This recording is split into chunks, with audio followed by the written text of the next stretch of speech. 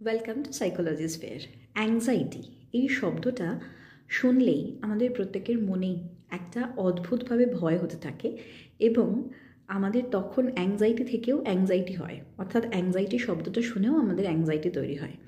তো এখান থেকে কাটানোর জন্য আমাদের বেশ কিছু মেথডস আছে যে অ্যাংজাইটিকে আমরা কিভাবে দূর করতে পারি বা অ্যাংজাইটিকে আমরা কিভাবে বাদ দিতে পারি, সেরকম বেশ কিছু মেথডস আমরা অ্যাপ্লাই করে থাকি, বলতে পারো থেরাপি আমরা অ্যাপ্লাই করে থাকি।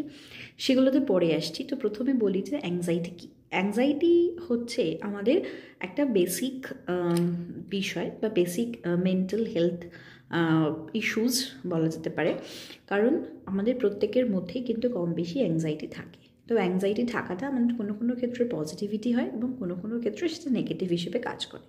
কিন্তু এই ধরনের মেন্টাল হেলথ ইস্যু যেরকমভাবে স্ট্রেস, অ্যাংজাইটি, এগুলো যে সবসময় নেগেটিভ হিসেবে কাজ করে সেরকমটা কিন্তু নয়, অনেক ক্ষেত্রে কিন্তু এগুলো পজিটিভিটিও নিয়ে আসে। তো এবার অ্যাংজাইটি থেকে আমাদের অ্যাংজাইটি ডিসঅর্ডার হয়, অর্থাৎ যখন আমরা অতিরিক্ত মাত্রায় এই জিনিসটাকে প্রশ্রয় দিয়ে ফেলবো তখন কিন্তু সেটা ডিসঅর্ডারে পরিণত হয়ে যাবে। তো এরকম বেশ কিছু অ্যাংজাইটি ডিসঅর্ডার রয়েছে যেটার নামের সাথে আমরা হয়তো অনেকেই পরিচিত, যেমন হচ্ছে ওসিডি, অবসেসিভ কম্পালসিভ ডিসঅর্ডার। এটা কিন্তু এক ধরনের অ্যাংজাইটি ডিসঅর্ডার।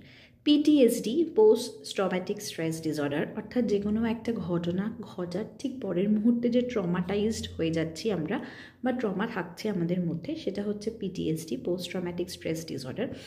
নেক্সট যেটা রয়েছে সেটা হচ্ছে আমাদের জিএডি, অর্থাৎ জেনারেলাইজড অ্যাংজাইটি ডিসঅর্ডার।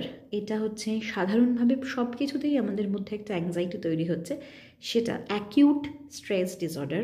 অর্থাৎ পিটিএসডিটা যখন লম্বা সময় ধরে চলতে থাকে তখন সেটা হয়ে যায় অ্যাকিউট স্ট্রেস ডিসঅর্ডার। এছাড়াও ফোবিয়া, আমাদের যে কোনো পার্টিকুলার কোনো কিছুতে যদি ভয় থেকে থাকে তখন সেটাকে আমরা বলি স্পেসিফিক ফোবিয়া। যদি আমাদের কোনো সোশ্যাল ইন্টারাকশানে প্রবলেম হয়ে থাকে তখন সেটাকে আমরা বলে থাকছি হচ্ছে সোশ্যাল ফোবিয়া। এরকম ধরনের বিভিন্ন অ্যাংজাইটি ডিসঅর্ডার কিন্তু আমাদের মধ্যে কম বেশি হতে পারে যদি আমরা এই অ্যাংজাইটিটাকে নিয়ে বেশি অ্যাংশিয়াস হয়ে পড়ি। তাহলে আরেকটা হয় সেটা হচ্ছে প্যানিক ডিসঅর্ডার, অর্থাৎ সব কিছুতেই আমাদের একটা প্যানিক অ্যাটাক হতে থাকছে, এটা যদি না হয় কী হবে, ওটা যদি না হয় কী হবে, এরকম। তবে অ্যাংজাইটি ডিসঅর্ডার থেকে মুক্ত হওয়ার জন্য অবশ্যই বেশ কিছু থেরাপির প্রয়োজন। তার মধ্যে রিল্যাক্সেশন থেরাপি আছে, যে আমরা নিজেদের মধ্যে করে রিল্যাক্সেশন করতে পারি, গান শুনতে পারি, এক্সারসাইজ করতে পারি, ডায়েট মেনটেন করতে পারি, একটা হেলদি ডায়েট। এছাড়াও বিহেভিয়ার থেরাপি, কগনিটিভ থেরাপি, এইগুলো কিন্তু রয়েছে।